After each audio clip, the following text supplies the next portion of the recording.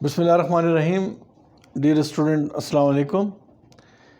آج کی ڈسکشن میں ہم موٹیویشن تھیوریز میں پروسیس تھیوریز پڑھیں گے. میں نے لاسٹ لیکچر میں آپ کو کانٹینٹ تھیوریز کے بارے میں بتایا تھا، جن کا مطلب یہ تھا کہ وہ کون سے فیکٹرز ہیں جو کہ موٹیویٹ کرتے ہیں، یا کن چیزوں سے کوئی امپلائی یا آرگنائزیشن کے اندر کام کرنے والی ہیومن ریسورس موٹیویٹ ہو سکتے ہیں. لیکن پروسیس تھیوریز جو ہیں وہ یہ بتاتی ہیں کہ کیا طریقہ کار ہوگا موٹیویشن کا. کانٹینٹ تھیوری بتاتی ہے کہ کس چیز سے موٹیویٹ ہوں گے، جبکہ پروسیس تھیوری بتاتی ہے موٹیویشن کی. جو پروسیس تھیوریز ہیں وہ بتاتی ہیں کہ کس طرح موٹیویٹ کیے جائیں گے. تو پروسیس تھیوریز کو ایکسپلین کرنے کے لیے ہمارے پاس مختلف تھیوریز ہیں. ان میں پہلے نمبر پہ جو تھیوری ہے وہ گول سیٹنگ تھیوری ہے. گول سیٹنگ تھیوری سے مراد ایسی تھیوری ہے جو کہ ایڈون لاک نے 1960 میں پریزنٹ کی تھی. According to this theory, goal setting is the process by which people set goals for themselves and then put efforts in order to achieve the goals. Goal setting is the process by which people set goals for themselves and then put efforts in order to achieve them. Goal tell an employee what needs to be done and how much efforts will need to be extended. Edwin Locke کہتا ہے according to this theory کہ اگر manager نے یا employer نے، کسی بھی organization کے مینیجر نے یا امپلائر نے امپلائیز کو موٹیویٹ کرنا ہے تو ان کے لیے گول سیٹ کرے. یعنی ان کو کوئی آبجیکٹیو دے، کوئی گول دے، کوئی اسٹینڈرڈ ہو، کوئی ٹارگیٹ دے ان کو، تاکہ وہ اس کو اچیو کریں، اس کے لیے کام کریں. اگر وہ گول اچیو کر لیں تو اس کا مطلب ہے کہ ان کی پرفارمنس بہتر ہے، اس کے مطابق ان کو ریوارڈ مل سکتا ہے. تو اکارڈنگ ٹو ایڈون لاک گول جو ہیں وہ یا آبجیکٹیو جو ہیں وہ ایک ایسا سورس ہے، ایک ایسا طریقہ کار ہے موٹیویشن کا کہ اگر امپلائیز اس کو اچیو کر لیتے ہیں تو وہ امپلائیز جو ہیں آگے مختلف قسم کے ریوارڈ کے لیے حقدار ہیں. ریوارڈ دو قسم کا ہے، انٹرنسک ہے اور ایکسٹرنسک ہے. انٹرنسک جاب سیٹسفیکشن ہے، فیلنگ ہے، اور ایکسٹرنسک بیرونی ہوتا ہے، ایکسٹرنل ہے. مثال کے طور پر جاب پروموشن ہے، سیلری انکریز ہے، انسینٹیوز ہیں.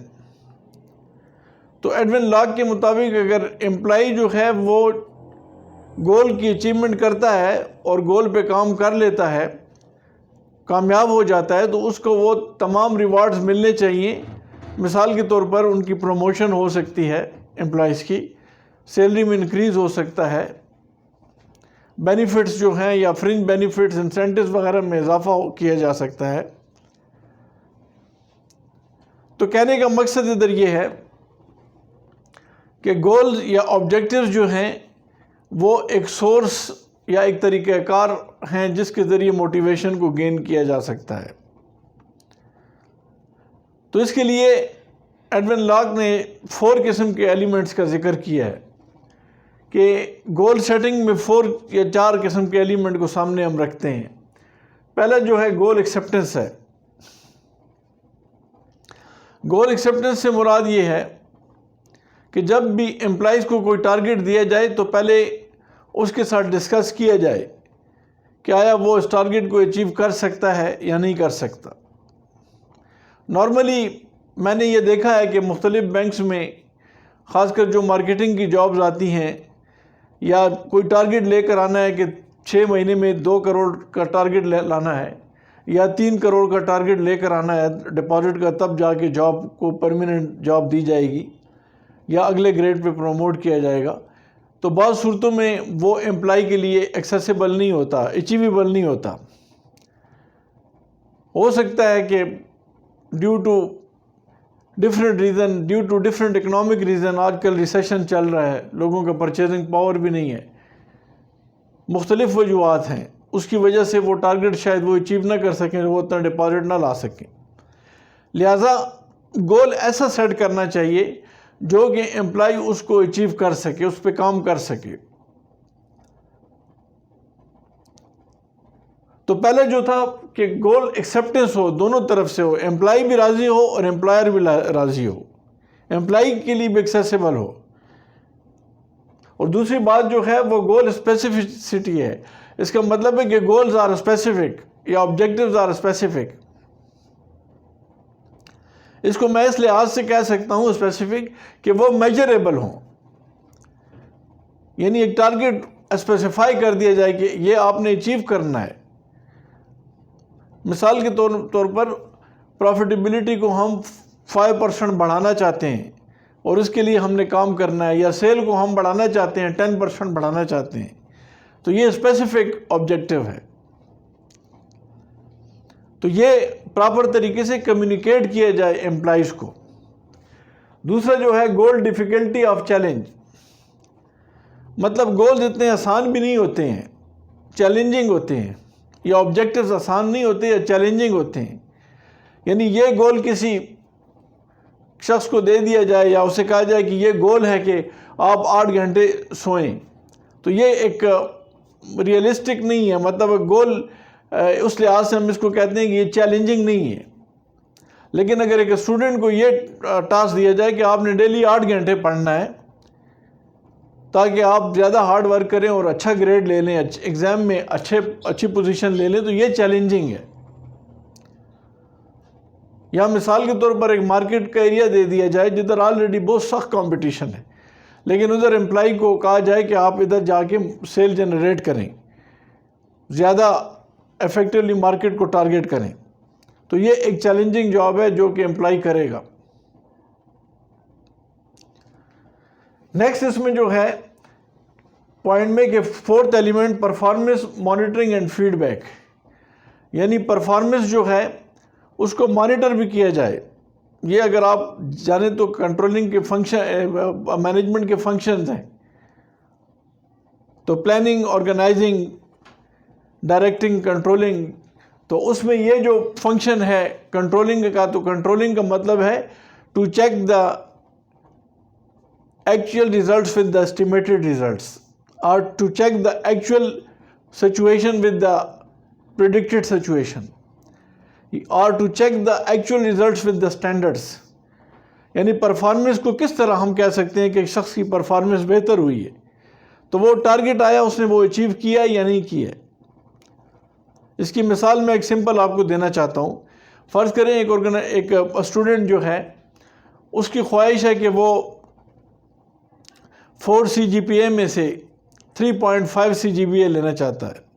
تو یہ اس کا 4 میں سے 3.5 CGPA سٹینڈرڈ ہے.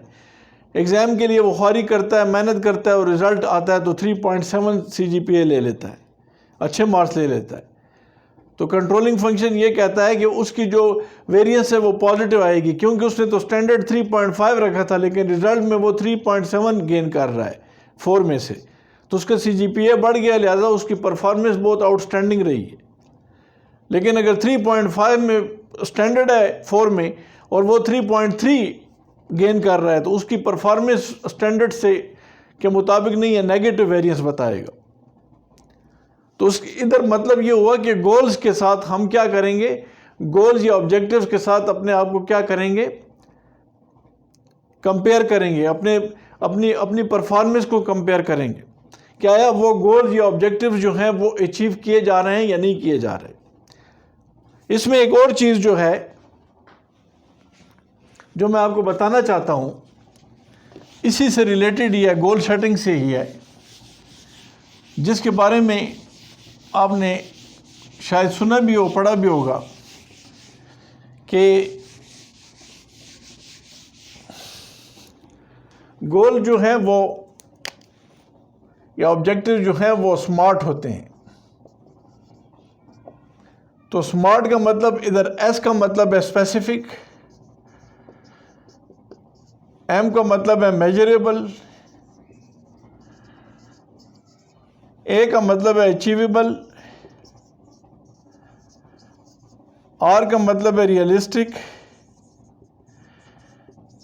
اور ٹی کا مطلب ہے ٹائم باؤنڈ.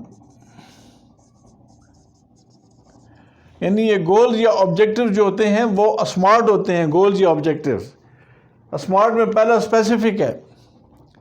اسپیسیفک کا مطلب ادھر یہ ہے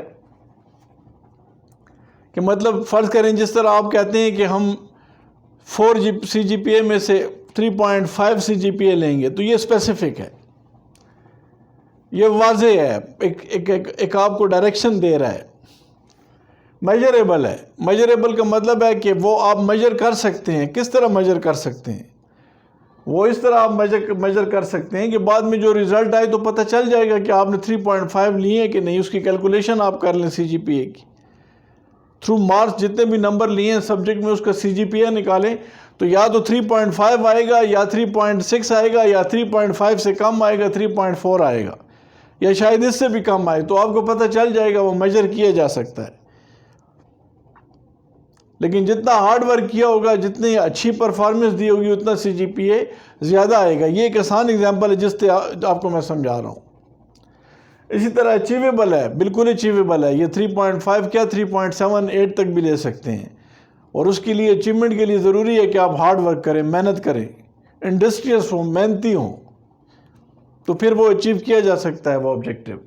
اچیویبل کے بعد ریئلسٹک ہے. ریئلسٹک کا مطلب ہے کہ ریلیونٹ ہو، مطلب ہے ایک حقیقت کے برعکس نہ ہو. جیسے مثال کے طور پہ ہم یہ نہیں کہ ایک بندہ بہت نیک ہے تو ہم اس کی نیکی کی میجرمنٹ بھی نہیں کر سکتے ہیں. ٹھیک ہے نیک ہے، لیکن ہم اس کے لیے کوئی پیرامیٹر نہیں ہے کہ ہم کہیں گے کہ وہ نیک ہے یا اس نے کتنا ثواب کما لیا. اگر بندہ بہت نیکی کرتا ہے تو کتنا ثواب کما لیے. تو ریئلسٹک کا مطلب ہے کہ وہ سچویشن کے ساتھ، انوائرمنٹ کے ساتھ ریئلسٹک ہو. اور ٹائم باؤنڈ کا مطلب یہ ہے کہ اس کا کوئی خاص ٹائم پیریڈ ہوگا. جس طرح ایک سیمسٹر ہے، فرسٹ سیمسٹر میں آپ CGPA ٹارگٹ 3.5 رکھتے ہیں اور 3.5 یا 3.6 یا 3.4 آپ لے رہے ہیں، تو یہ ٹائم باؤنڈ ہے. 6 منتھ کا سیمسٹر ہے. اس کے بعد پھر اگلا سیمسٹر 6 منتھ کا آئے گا تو اس کے لیے علیحدہ گول یا آبجیکٹیو آپ اسپیسیفائی کرتے ہیں کہ اس دفعہ میں نے 3.6 CGPA لینا ہے.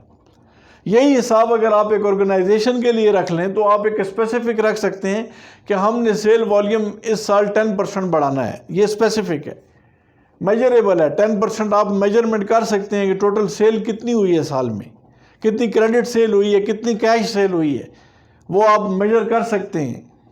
اس کے علاوہ اچیویبل بھی ہے. ظاہری بات ہے بہترین مارکیٹنگ ایفرٹس کر کے آپ اس کو اچیو کر سکتے ہیں.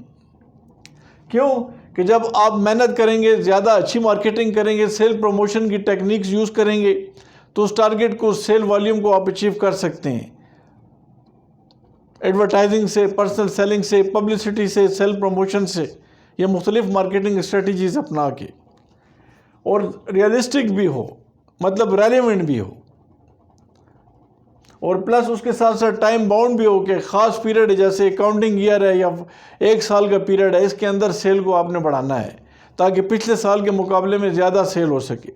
تو ریئلسٹک ہو تاکہ آپ اس کو کمپیئر بھی کر سکیں، اس سال کو پچھلے سال کے ساتھ آپ کمپیئر کر سکیں کہ اس سال سیل بڑی ہے کہ نہیں بڑی ہے. پچھلے سال جتنی سیل ہوئی تھی آیا اس میں 10% اس سال اضافہ ہوا ہے کہ نہیں. تو آپ روپیز میں وہ سیل یا ڈالر میں سیل کیلکولیٹ کر سکتے ہیں کہ پچھلے سال اگر 1 لاکھ سیل ہوئی ہے اور اس سال 1,10,000 یونٹس کی سیل ہوئی ہے تو آپ کہہ سکتے ہیں کہ سیل بڑی ہے. تو یہ ہمارا گول سیٹنگ تھیوری جو ہے، یہ ایک ٹارگٹ ہے، یہ ایک موٹیویشنل فورس ہے، ایک طریقہ کار ہے جس کے ذریعے آپ امپلائیز کی جو مطلب ہے کام کرنے کی صلاحیت اس کا جائزہ لے سکتے ہیں کہ وہ کتنا موٹیویٹڈ ہو کے کام کرتے ہیں اور گول کو اچیو کرتے ہیں. تو یہ پہلی تھیوری تھی جس کے بارے میں ہم نے پروسیس تھیوری میں گول سیٹنگ میں پڑھا ہے.